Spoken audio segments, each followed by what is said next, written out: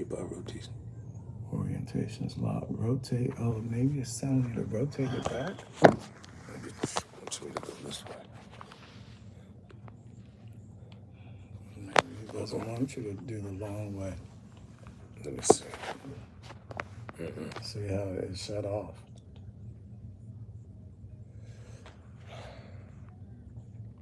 It won't let me. You kind of have to do it, but We have to do it. squeeze. We got to squeeze. Oh, we ain't got no choice now. All right. You'll be in focus more so than me. Yeah. All right. You good? You comfortable? Look good. Yeah, I want you in there more so than me. All right. What's happening, everybody? Welcome to the conversation. Tyrone Bowman live.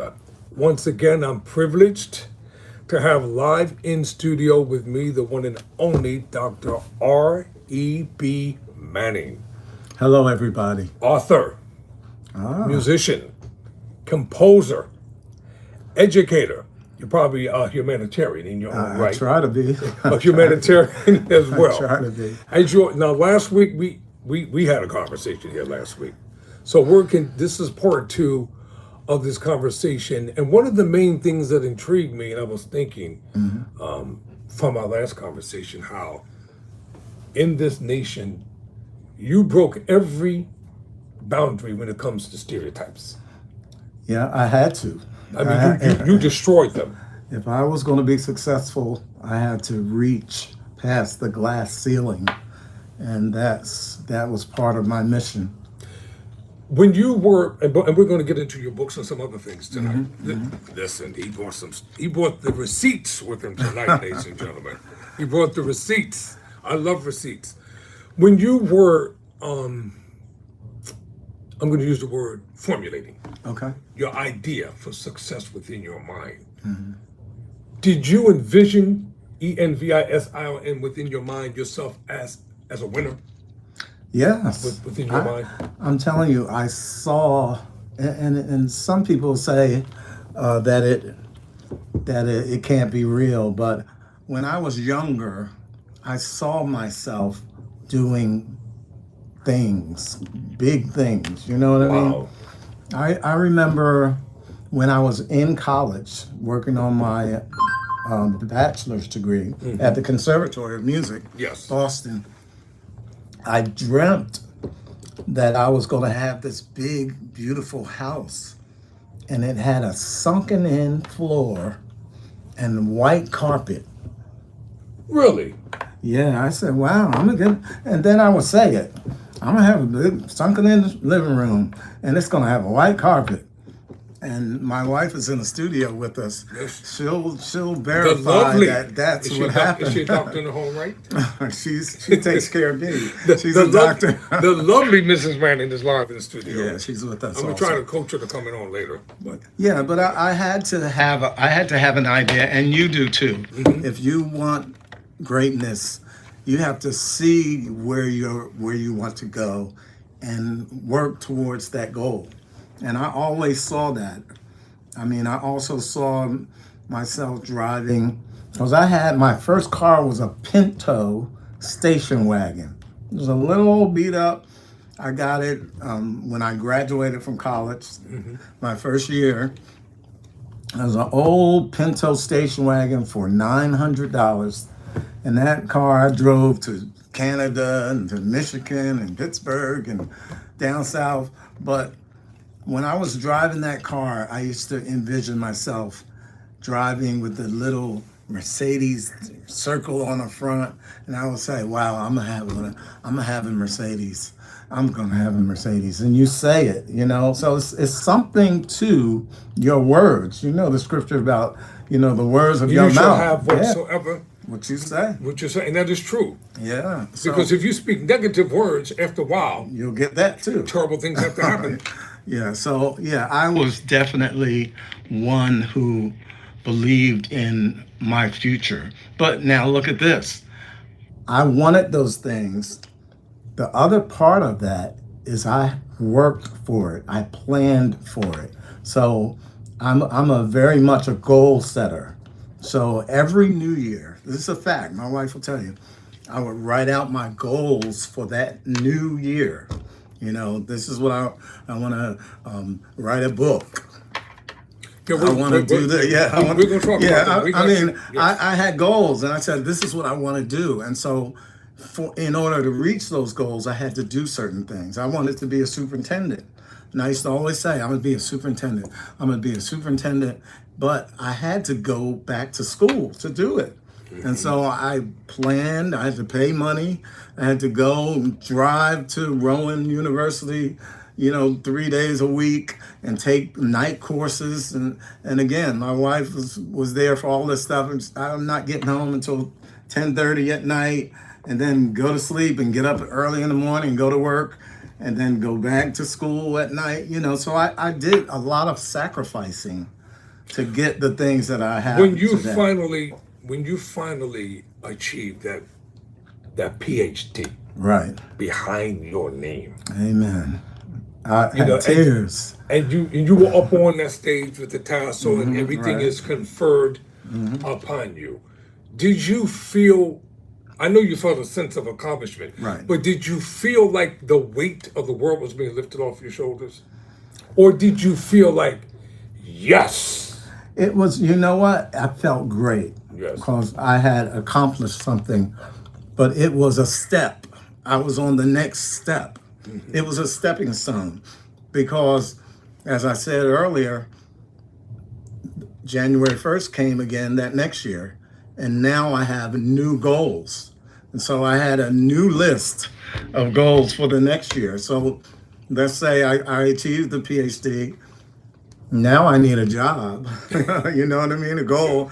You can be a PhD smart as you want and not have a job and be poor. A lot of people are educated. They have Right. They don't have anything. So yeah, I was happy. I had accomplished a goal, but I really needed, I need to go to the next level. And then I had the PhD and I had the job, but it wasn't fulfilling enough. And so I went back, as you know, for a second PhD, Yes. a second master's, a second PhD, because once I reached that podium and I saw the way out, I couldn't get up there where I needed to be because my PhD was in music. Right. And I'll tell you the reason why I asked this question first as we get into some deep stuff here. Right. Because there are young black men right now who are impressionable. They're probably in the hood with all the negativity that's constantly being filtered and coming to the media. Right. They're not being told what they can achieve. And it's good for them to have an example. Amen. A living, breathing, proof positive example that you know what, that can be me. Yeah, and I needed it too. Yes. I looked at people and I saw a black guy, I can't think of his name right now, but he was like one of my mentors. He was an older black professor at Rowan University. And he was a superintendent, and I would be like hanging out with him. I was like, "Oh, doctor, babe, do you remember the superintendent, the black superintendent?" He's a friend of mine, but I can't think of it right now. Yes. But anyway, I would hang out with him, and I said, Dr. So-and-so, I really want to be a superintendent. What, you have any advice for me? And I would be like hanging around. If you need me to do something, Dr. So-and-so, I'll give you that. I'll just be there because you need to be with people who can help you. He has information for me that I don't even know what I need. And so that doctor really did pour into me, And so, everyone needs a mentor. Right. The mentee must have a mentor. He poured into me. He helped me out. Even, I wasn't like his assistant or anything, but those little times that I could sit with him and talk with him was so valuable to me. And you know what? Behind the scenes, he was helping me also because he was like interim superintendent at a couple of districts that I was working in. I was a vice principal or something like that. And, in the long run, he might have said a good word here and there for me in order for me to get promoted to, because I was vice principal, I moved up to principal, I moved up to assistant superintendent. Now, So, ladies and gentlemen, you have to understand something. His promotions took place in predominantly white white areas. That's white right. areas. It's one thing to get promoted in the hood. It's another thing to get promoted in the white areas. Yeah. That means that the brother is really certified. Here's what he says he is. He's not trying to game anybody. Right. He's not trying to beat the system. He's legit, too quote unquote, too legit to quit. Yeah. So my first job outside of the black school was Middle Township High School. Now, we all know Middle Township, Cape May County. Yes, I've been there. It's a white area. Old money. It's a white area, and so I was hired as a vice principal, the first black vice principal in history of that school. Wow. So, yeah, so that was a stepping stone, and right after that, I was hired, and a group of black folks invited me out to be part of the NAACP. Really? In that area, the Cape May County NAACP. Yes. Now, I'm a lifetime member of NAACP.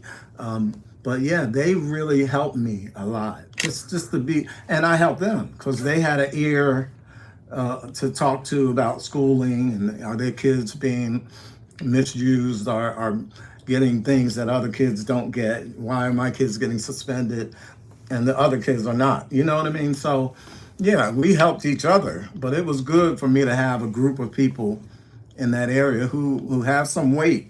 And they could say something to my superintendent and say, hey, how come Dr. Manning's not getting a promotion? Or something like that.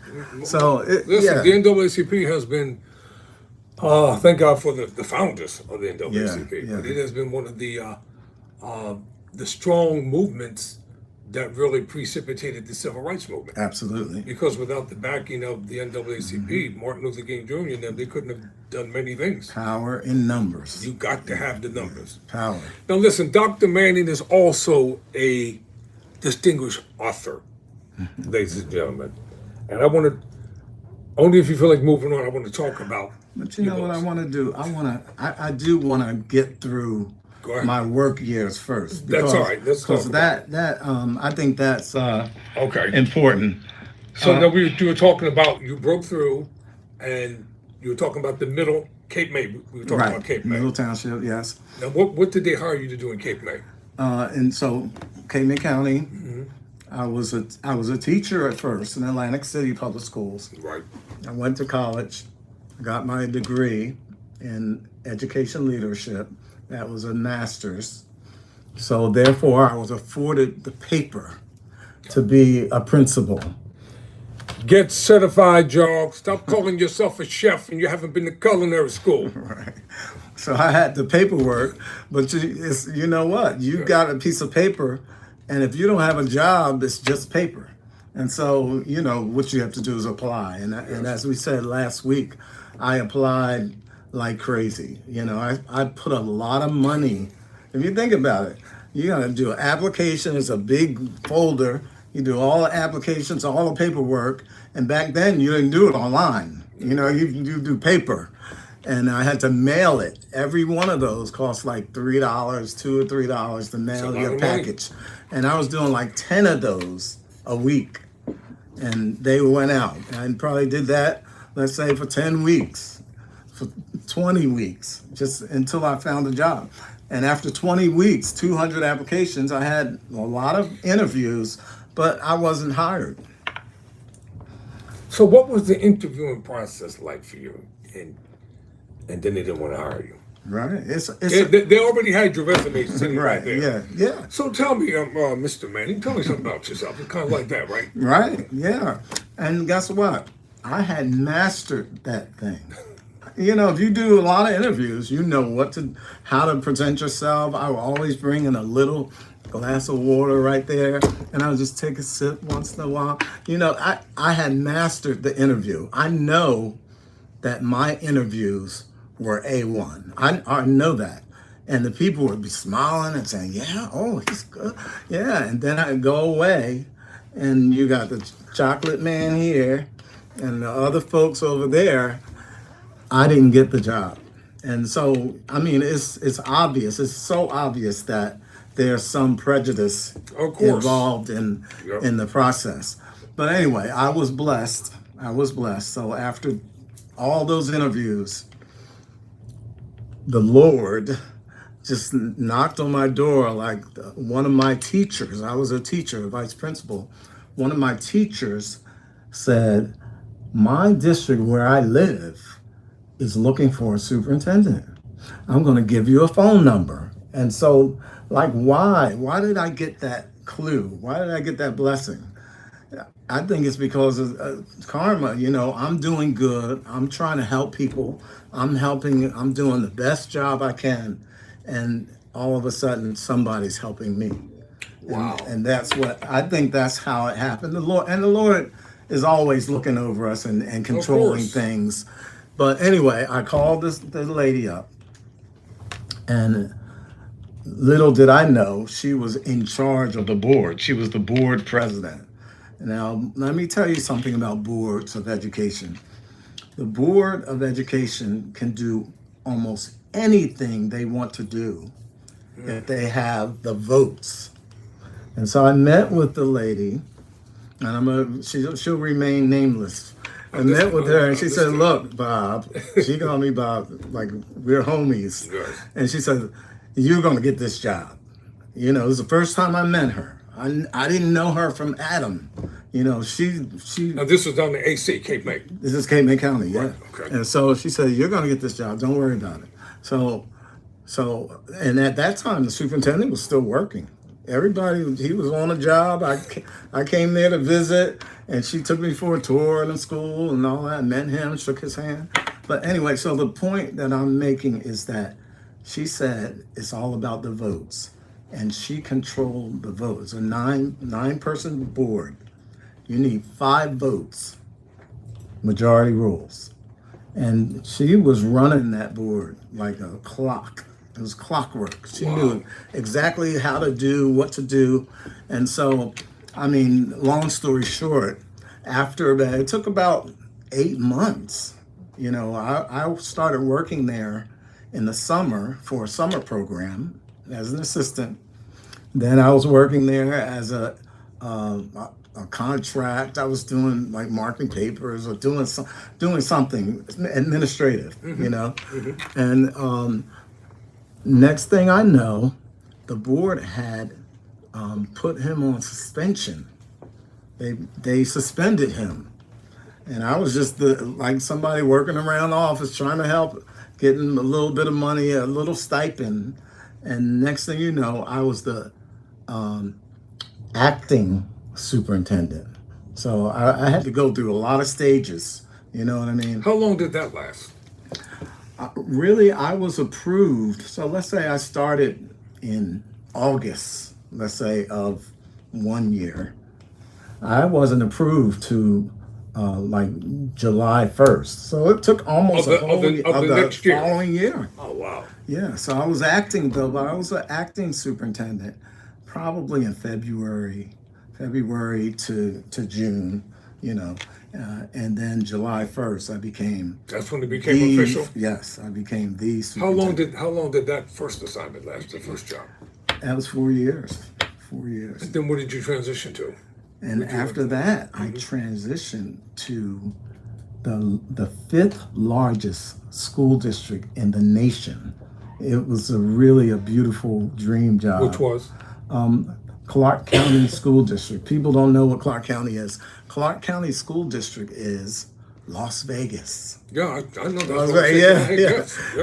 I mean, I tell people I work for Clark County Schools, the 5th largest school district, 325 schools.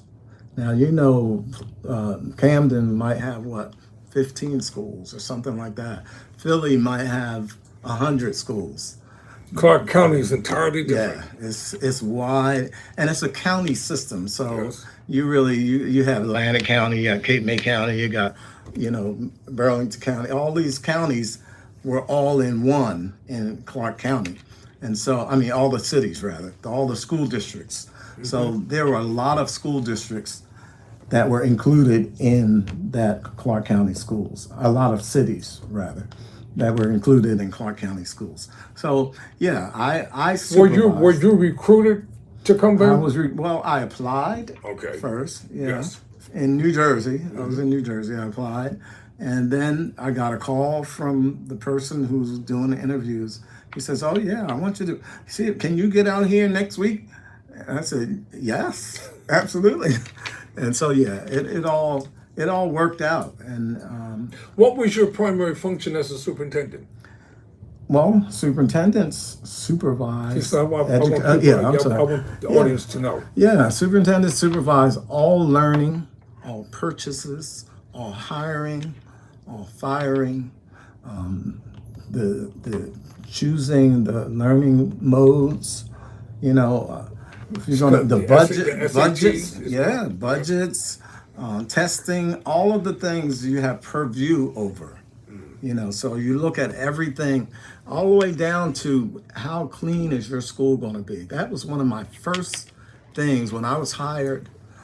I got with the custodial staff and we walked the building and we just did a great inspection. I said, you know what? This school is going to be like my home. I want it to be as clean as my house is. And so, you know, that was my first goal, is for everybody to You can see he's a meticulous brother. Yeah. From the color, from the color, see, I got to bring the color commentary to this. Get in front of the camera. Get in front of the camera. All right, look how he's color coordinated. Everything is matching. That's it.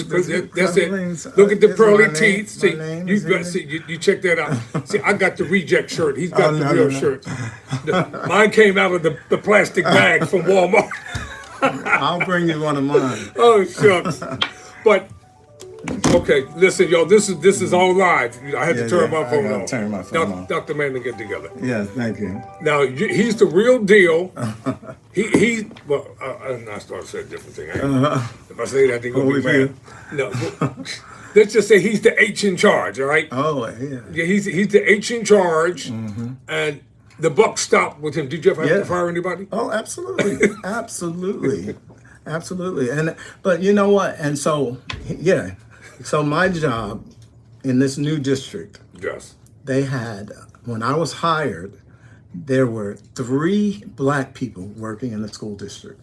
In the whole district. Out of 300 some odd schools? No. Oh, no. I'm sorry. Let's go back. Yeah, I'm talking about when I was talking about cleanliness and all that. There were 3. I'm talking about Woodbine, the Cape May County, when I was superintendent. What were they, the janitor? Yeah, the janitor and the kitchen. That was it.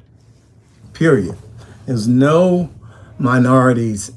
Miss Mabel with her bonnet on in the cafeteria. In the cafeteria, and the janitor, head janitor, shoveling snow and stuff.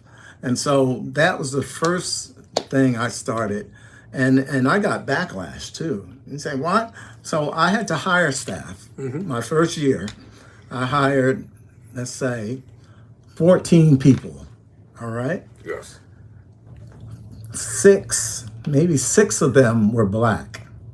And so the large majority was white, right? And they still weren't happy? And they said, well, he's prejudiced. He's prejudiced. Why is he hiring so many black people? We hired, one of them was an aide, a couple of teachers, maybe about 3 teachers I hired. And I hired an assistant for me, like somebody who was like my road person. You know, I need this done, I need that done. And so, but the point is that, you know, they would never be happy, you know, with whatever I did. You know, it was going to be a complaint about it. This is interesting because... And the school district turned around like this, and everybody was, test scores went up, less kids were suspended. You know, we had the highest rate of suspension before I came in that district. Wow. In the county. Like the suspension rate might have been like 38%, 40% of kids. That's 4 out of 10 kids got suspended every month, something like that. Wow. You know, I mean, yes. Whatever the percentage is, you know, and it's more than 10 kids. So, you know, that number multiplies. The point is, after, let's say, 6-8 months, our test scores were turning around. Everybody was happy. The school was better. It's clean. And everybody's had some pride. You know what I mean? I would go into the auditorium, and it would be like, just time for me to talk. I just put my hand up like that. I had them trained to do the right thing. Were you the four? It's like respect. Lean on Me. Was that really about you? No, it wasn't. I wish. I want those movie credits. No, it's not. Okay.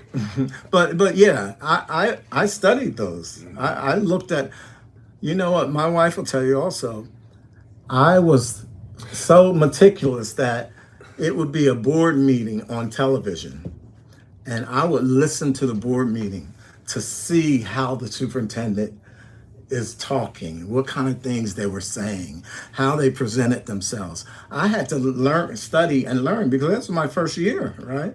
So I'm still learning. I was a novice. And so, it takes a lot. It's a lot of work. And now, superintendent, look at this. Get to work at 7 o'clock in the morning. Sometimes I didn't get home until 11 o'clock at night. Seriously. Yeah, definitely. If you have a board meeting, you got to prepare board minutes and budget stuff and how many teachers were hired and who was fired, all of the plans for the future, what are our goals for the next year, all of that stuff. I have reports, I have books and reports, and you pass it out to the board and all of this. It's a lot of work. And so the board meeting goes over time. You can't say, okay, I'm off of work. No, you're going to be there until the board meeting. You're the last one locking the school. And if it's a snow day, who's up at 3 o'clock in the morning making the calls to the bus company? You are. And who's saying, okay, we're not going to have school today. Call the radio station. This is Dr. Manning. Woodbine school districts will be out on so-and-so day.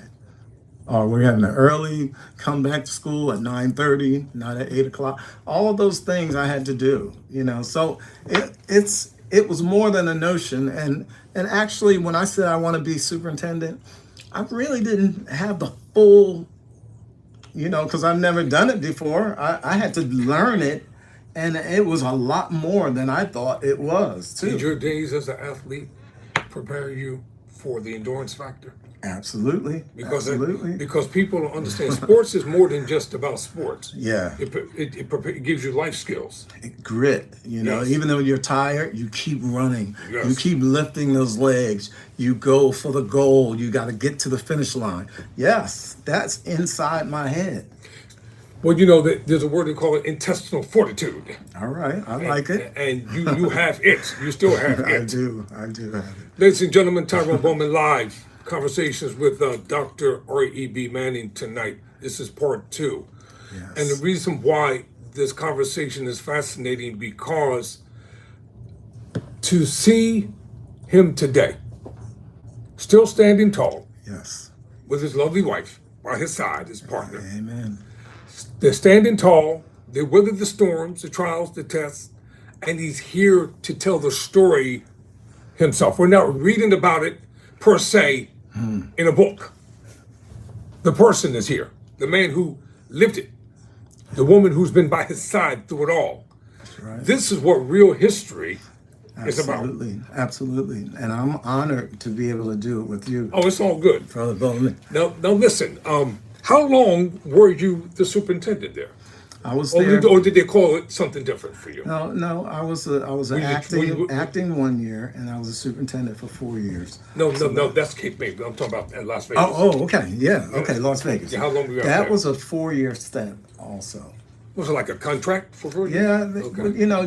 you are contracted, and then if you don't go past that time, they got somebody else.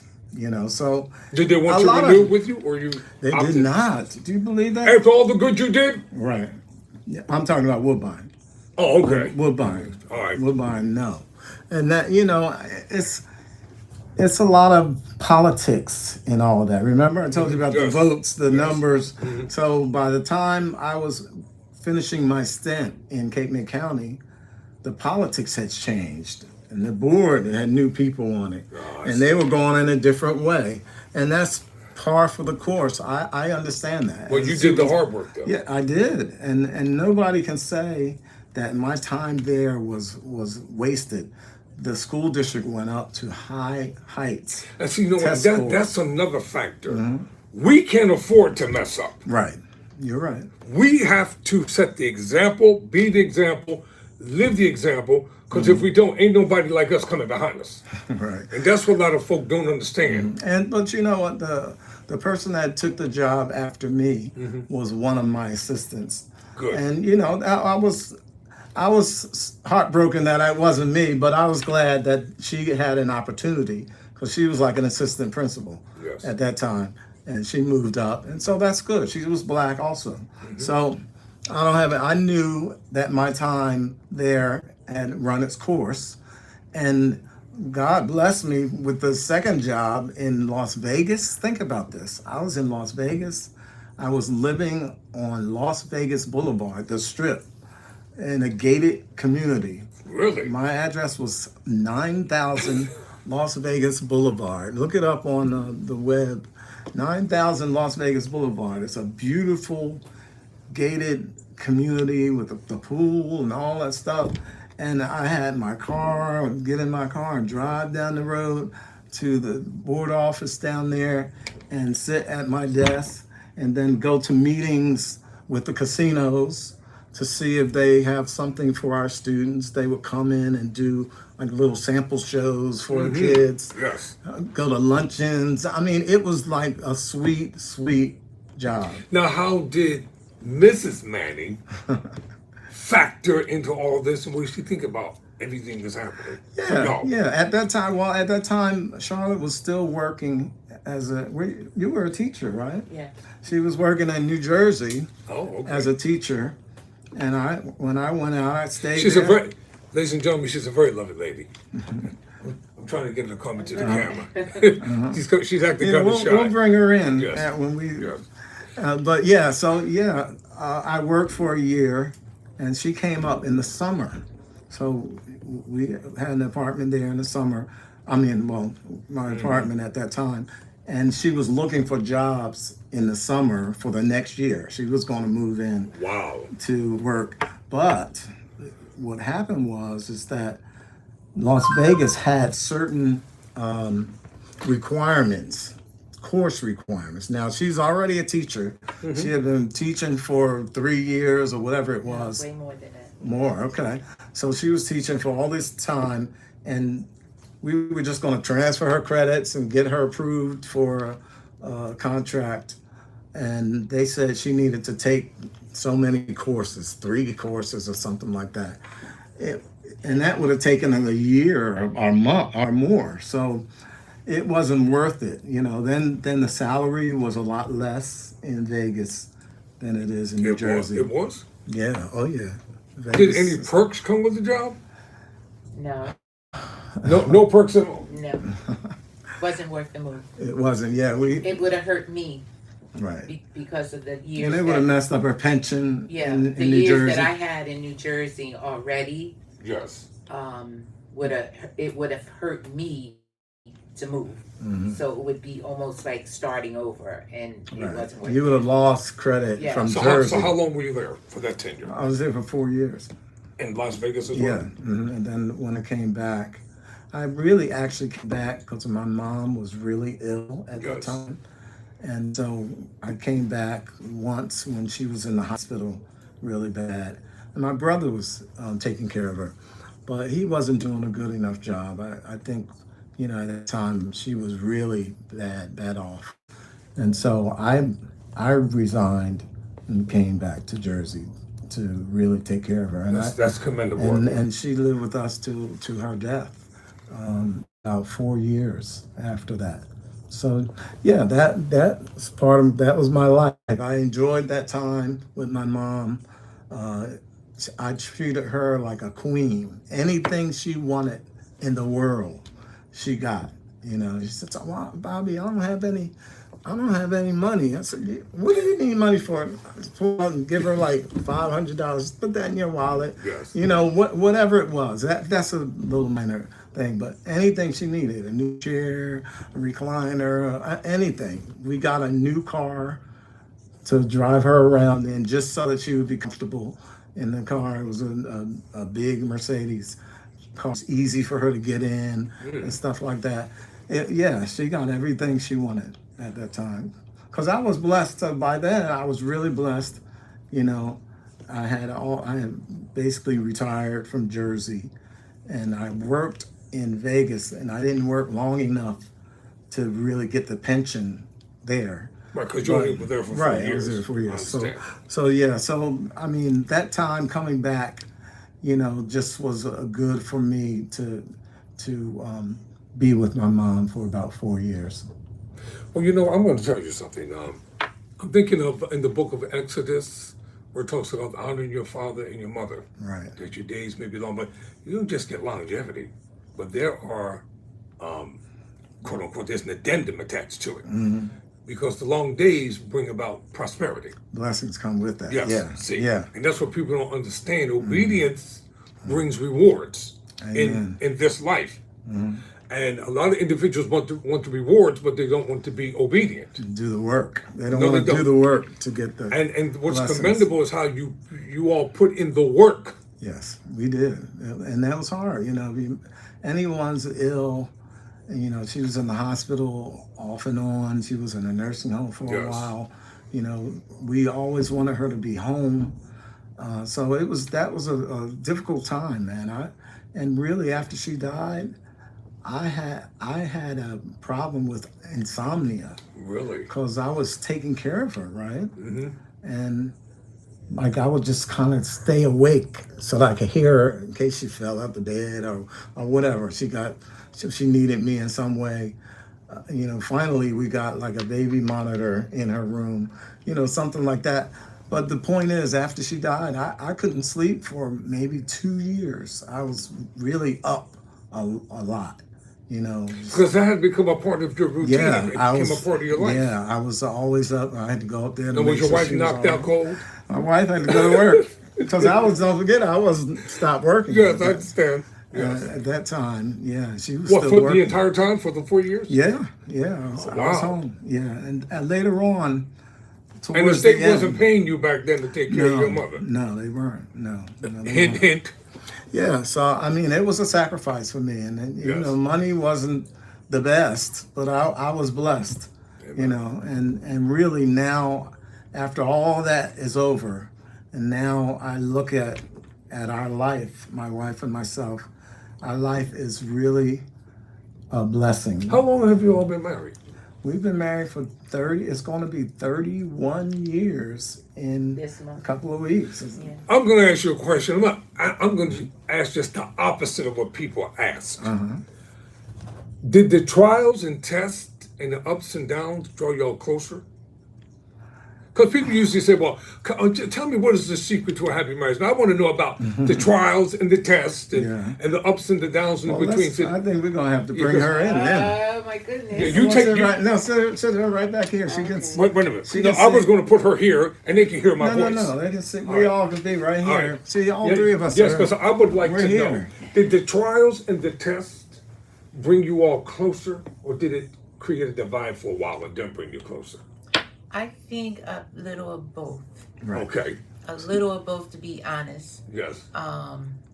No marriage is perfect. No. If somebody tells you it is, they're lying.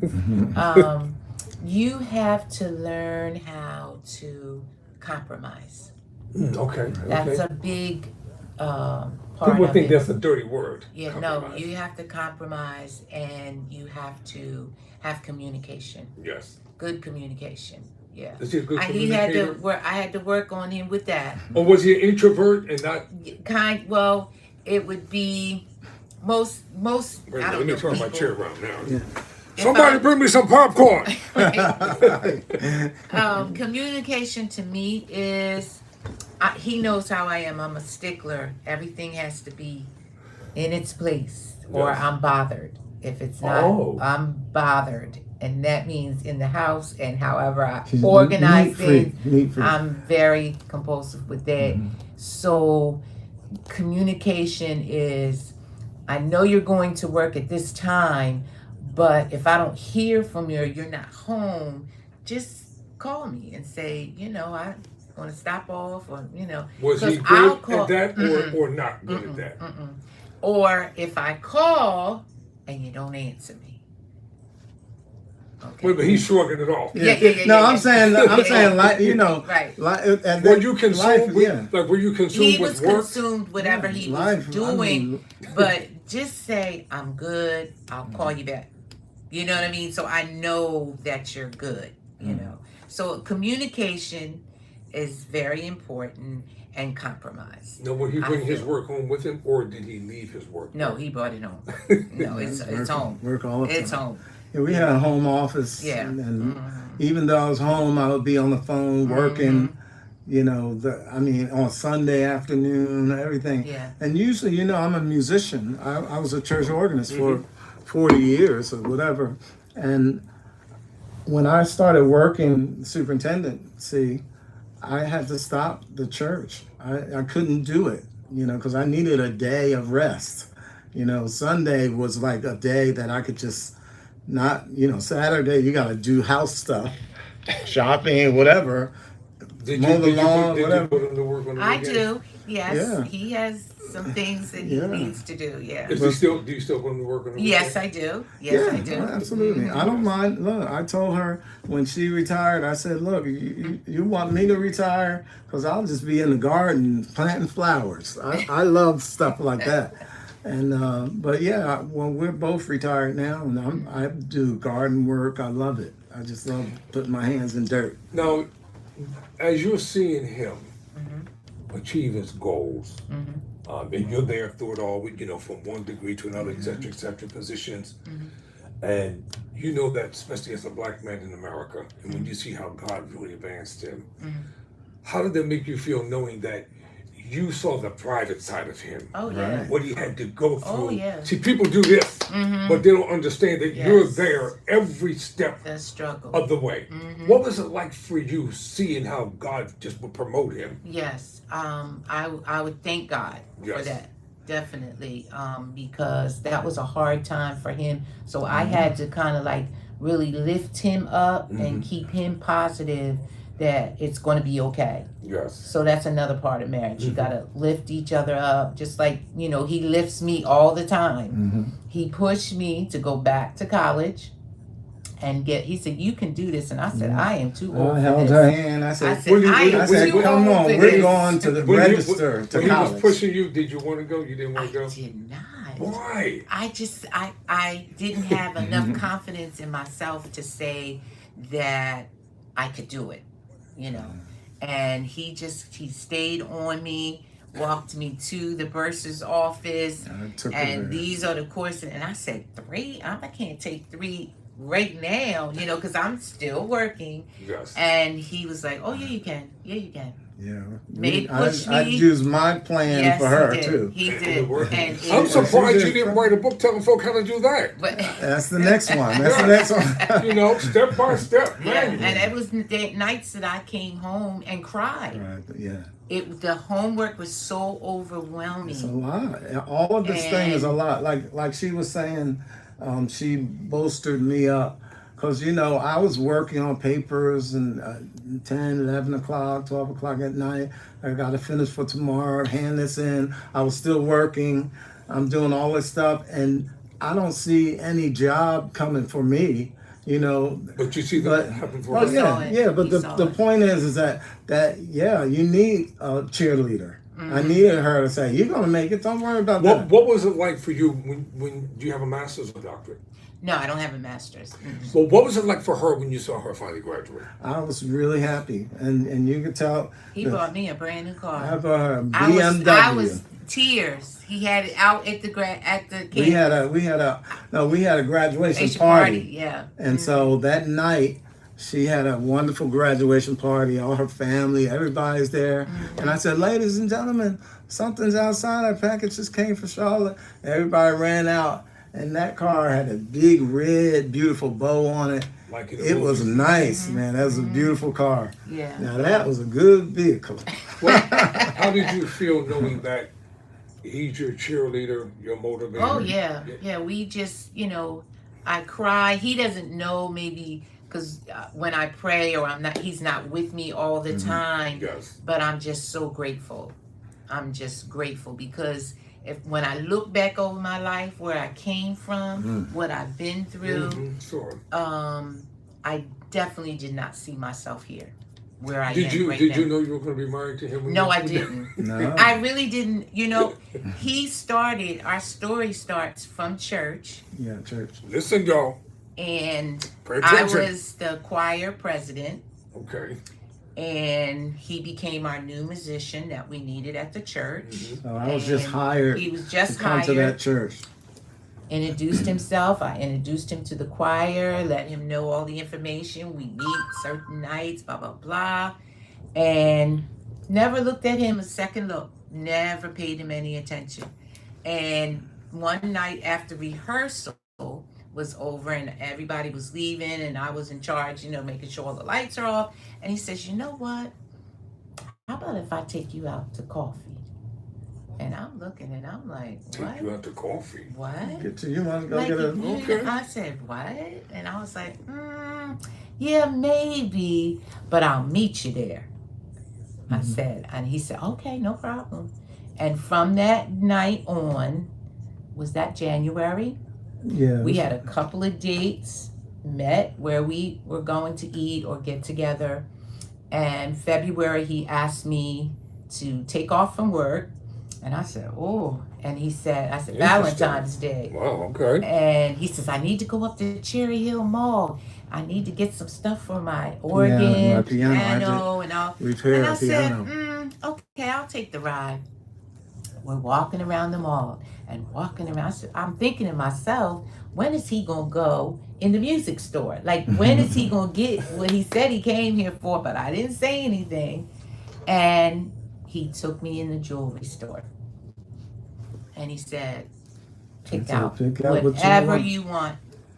And Wow. the lady's looking at me, and I'm looking at him, and she's looking at the girl. Go ahead and pick something out, She wanted to get her money. And I said, I gotta walk outside for a minute. I gotta get myself together. Really, you're serious about that? And he says, yes, I am. I know what I want. Yeah, And and I so want we to only marry really you. knew each other for Just maybe 4 months. Yep. Because I went to that church maybe in October. December. Was it? Because we invited you to the Christmas choir Right, Christmas party. right, Yeah. Yeah. That's the first time I saw Yeah, him. okay.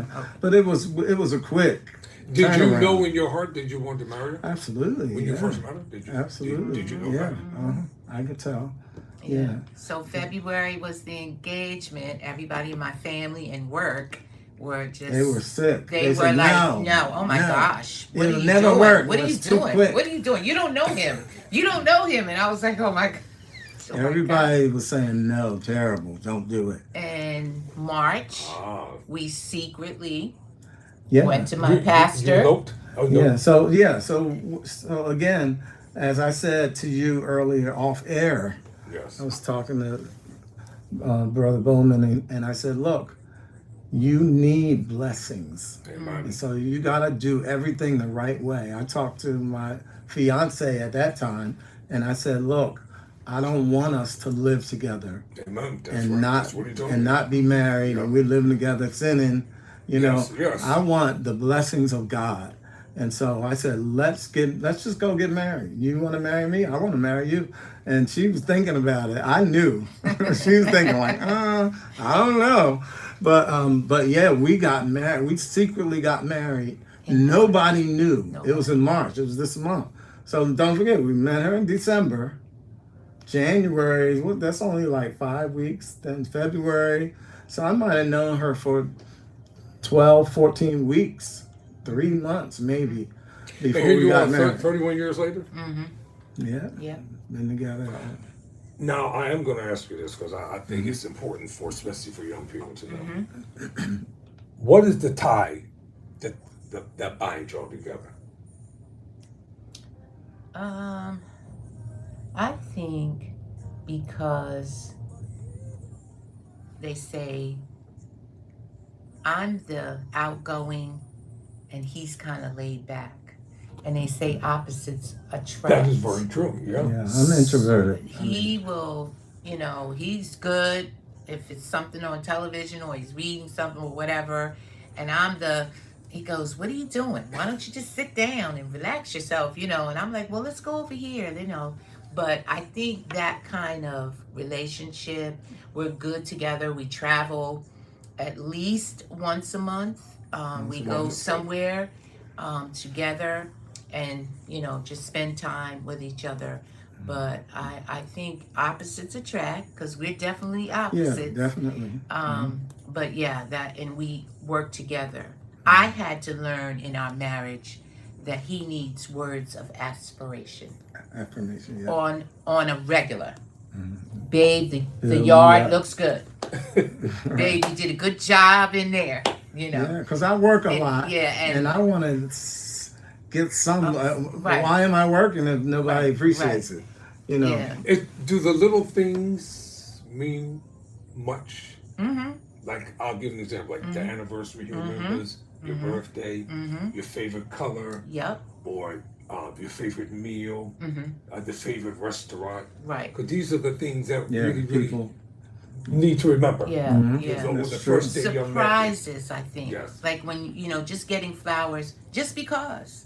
It doesn't have to be your birthday or anniversary, or if I'm out shopping, I'm always got him on my mind. And I will come home and have something. With something. With something. It could be little. And But it means a lot, something. though. So what's her favorite meal?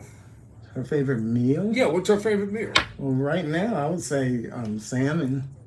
What's his favorite meal? He likes salmon also. Yeah. He's a Because salmon. she eats a lot of salmon. Yeah, because when That's we not met. it's not like my real favorite, but Yeah. I like it. What's your favorite meal? for That's real? you gotta answer. What's his favorite meal? I thought it was salmon.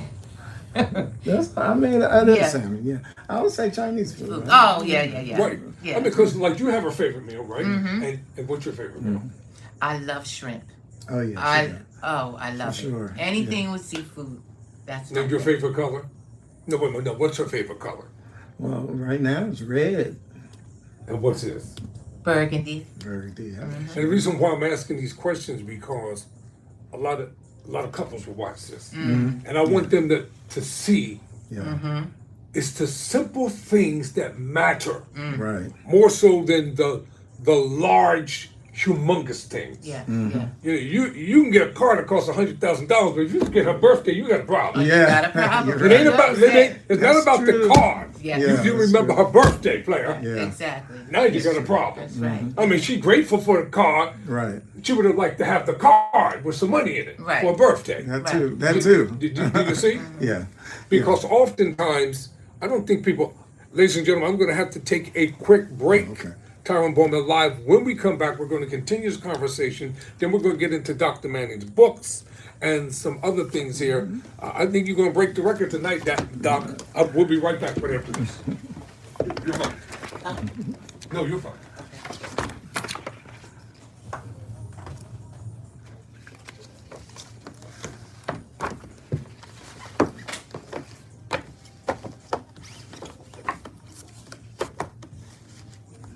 I think they're still on.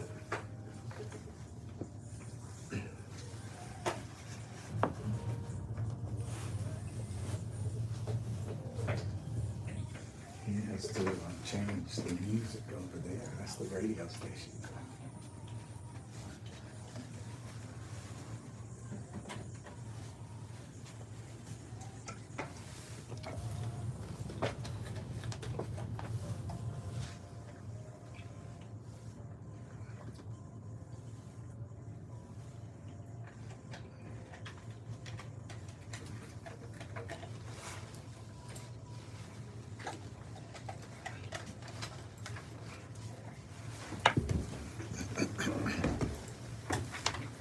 All right, ladies and gentlemen, we're back on Tyrone Bowman Live, speaking with this wonderful, beautiful, distinguished couple here tonight. I feel privileged, that they decided to come by and thought it not robbery, as we say in the church. Yes. Yeah. Uh, For whether you all think so, I know y'all may think I'm a heathen on my show, but I do love Jesus. He does. Because I have to deal with topics and issues. Right, right. You know, like, well, we thought you were a Christian. Well, just because I'm a Christian don't mean I'm not going to deal with these issues. Yeah. Right, right. Now, when did he decide to become an author? He's been writing poems before he knew me. Yeah. Okay. So Look, it's yes. been years. Yes. Yes. Your first book, is this your first book? First book. This is entitled The Autumn Thoughts of a Man in Love, a book of poems by REB Manning, as you can see.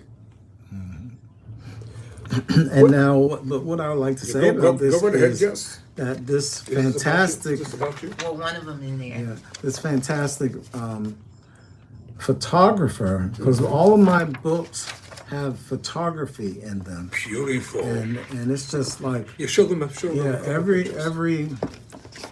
every other page. Keep talking. Yeah. I'll pull them up. Yeah, every other page is some kind of I got to work, y'all. photography. Yeah, We're gonna and so involve y'all. so it's a book of poetry and photography. Yes. So you have different pictures. Yes. Every page. Oh, that's me in one of those pictures.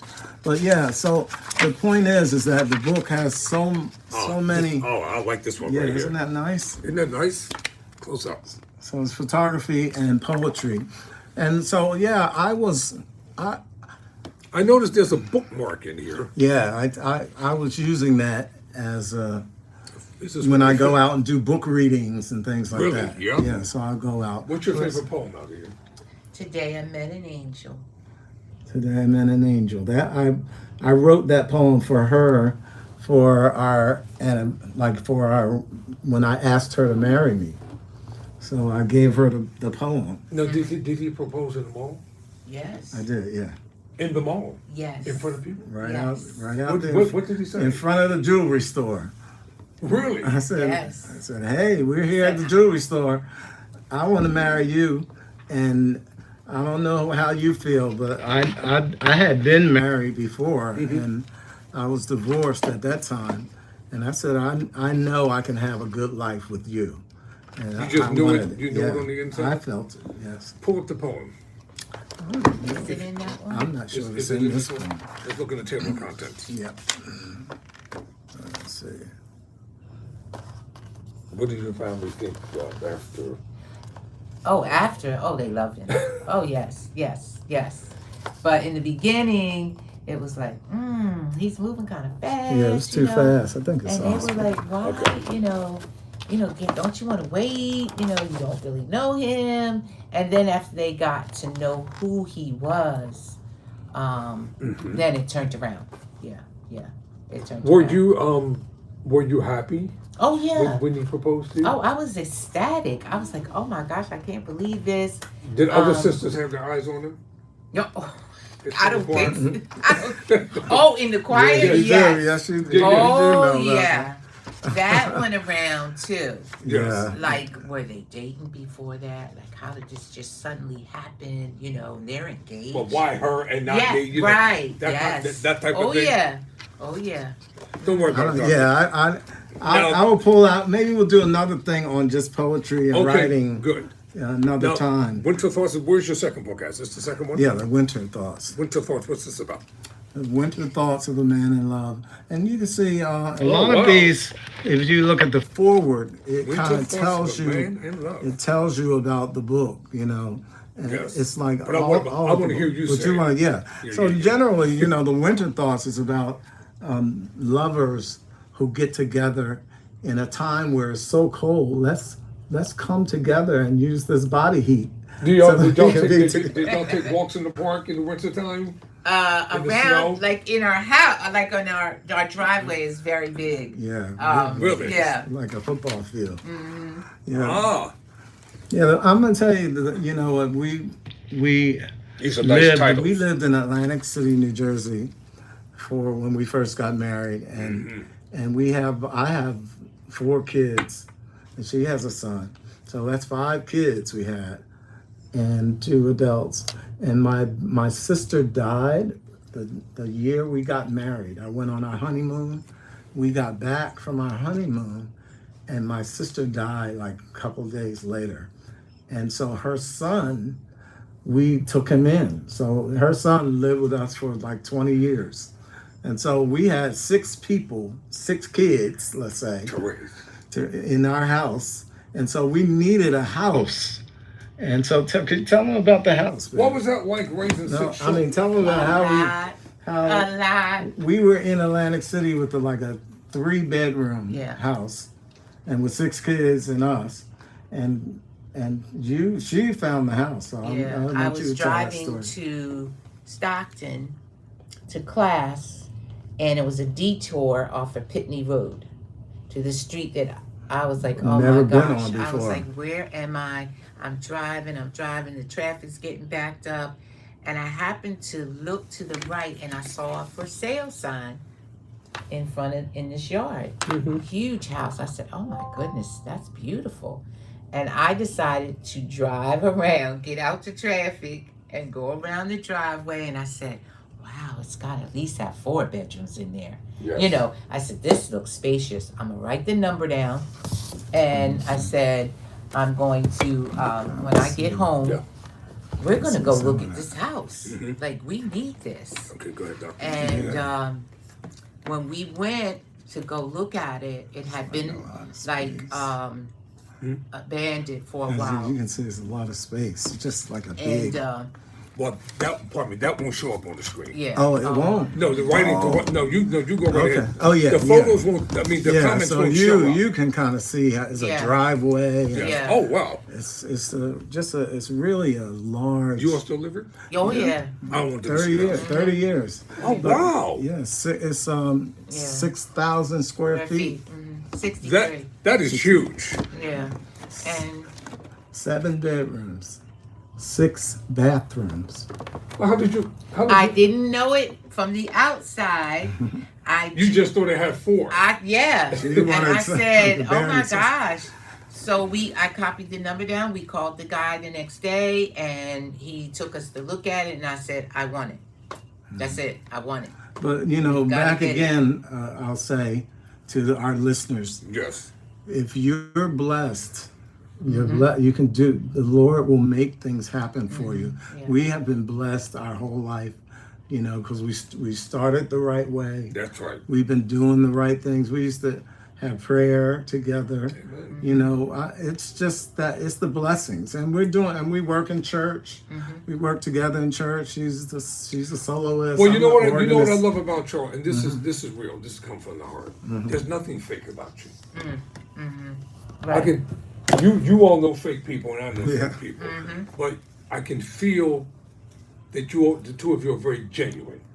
You're very good, righteous, genuine-hearted individuals, and I can see why God has blessed your life the way that He has, because you wanted Him to be at the center from day one, and when He's at the center, everything you touch, despite the trials, the heartache, the pain, and the tests, it will prosper. Yeah, there will be trials. We have trials. I mean, now, what's this about? Thoughts of Summer Love. Yeah. Well, this is my favorite book. Wait, I was going to get to that one. But I just like the title. I think this is going to be my favorite one. Okay, yes. I just want to know what this one was about. Yeah, Thoughts of Summer Love. But this is my favorite one right Let me here. just read just a little bit. This, and then her poem might be in there. Wait a minute, do I have to read it like a journalist? You want me to read it? you because want to read it? I can do cold, or do you want to read it? No. I can read cold turkey, y'all. Let me see. Okay. Let me see what we got over here. Yeah, try that. Autumn, winter, spring, and summer. The seasons as a revolving door. We now feel the scorching heat of summer. Love in this sweltering climate, in a novel adventure, balmy and wet. It is easy to disrobe and experience September passion. Summer passion. Summer passion. Yeah. So the intro kind of gives you the story behind each of the themes of the book. So this is the one right here. This is called the Love Series. And so autumn, it starts with autumn. It goes through the different seasons: autumn, winter, spring, and summer. Now tell them what this is. And this is, and when I introduced this book, I introduced it in Spanish. You see, it says Pensamiento de la Primavera. You heard what he That's, said, right? that's the name of this book. Pensamiento de la Primavera. Pensamiento de la Primavera. primavera. Thoughts of spring. Thoughts of spring. That's what that means. Yeah, and so spring This is is a beautiful. I mean, the Beautiful. photographs in all of these books are really amazing. You can see how the book opens up Yes. to a panorama of color, and each of the books have a foreword that have to do with that. You know, like if you read a couple of sentences here, you'll see that we're back to that same thing: summer, autumn, Is this about you? winter, and spring. There's quite a few, but he has them in No, the different reason why I'm asking, words. did you think about her when you were writing your I book? always think about my wife. I mean, you know, the thing is, all of these poems, you know, like if you look at the titles of some of the poems, Yes. look at this. Charlotte's Pantry. That's the poem. It says, Charlotte, my wife Charlotte. Yes. Call me Candy Eyes. Yes. Long ago. Long ago. Love in Season. Do You Dream? These are titles. Man's definitely in love, y'all. Your Eyes, you know? Is he in love? Yes, he is. Are you in love? Yes, There you go. got to Yeah. be. So yeah, and some of these pictures you can see they were taken in different places. We travel a lot. So Because you're a world this traveler. is yes. Yes. This is Arizona Route 66. Oh, the famous Route 66. Yeah. Okay, Let me Nat see King Cole. here. This is Did you ever meet Nat King Cole, by the way? Mountaintop Pool, Las Vegas. Yes. You know, different pictures. This is Atlanta. Look down. That's in Atlanta. Yes. So we travel. Look at this. This is the vineyards Wow. in wine country in California. Let me see. Oh, wow. So I mean, all of the pictures are What's your favorite? part Trip? No, your favorite wine. Oh, I'm a Moscato. Moscato girl. Moscato. I'll take red. if I'm going to have a wine, a smooth Okay. Chardonnay. Okay. Right, All right. right. Yes. Yeah. So some of these, we were in South Africa. We've been there. Really? We've been to Greece. We've After been to apartheid? yeah, after yeah, apartheid. yeah, Yes. yeah, yeah. We've been to Dubai. We just came from there. We were in Fiji. Really? What was Dubai like? Because I haven't heard Dubai about was it. Beautiful. just amazing. That was my favorite trip, and she took me there for my birthday, by the way. So I do get good presents. That's it. What was Fiji like? Fiji is like, you know, it's like a deserted Hawaii. Fiji is just like Hawaii. They wear the grass skirts and all that. Oh, for real? They look like, you know, Hawaiians, but they're darker. Ah, Yeah, so yes. Fiji, yeah, is Too much water for me. Too much. yeah. Fiji is the Fiji Islands. That's what they call it. It's 335 islands make up Fiji, Wow. and so all the little islands they just go from boat to another island, and they put them all together to call it Fiji. Now, I'm not going to keep Mr. and Mrs. Manning here all night, y'all. Right. Because we've been talking an hour and 13 minutes with like 1 minute break. But as we close, I want to ask you all this. Life, ministry, work, marriage, parenting, now retired, and enjoying your life. When you reminisce within your minds or when you're talking among yourselves, what is the legacy that you all think you'll leave in the earth? Because legacies are vitally important. That's everything. A person can leave a good legacy or a terrible legacy. Well, yours is not going to be like that. And raising children and mentoring children, because evidently God had this in mind for you all, all the time, or else it wouldn't have come to pass. And as proud parents, and you see your seed in the earth that God allowed you to cultivate. And he has some beautiful photos here, y'all. I was going to try to get our family to see Yes. if I can find some. What is when you think about legacy? What do you think about? Well, you know what?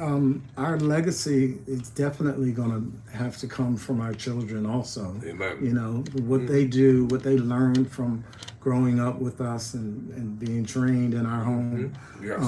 But I mean, our kids are really excellent kids. You know, I believe you. Yeah.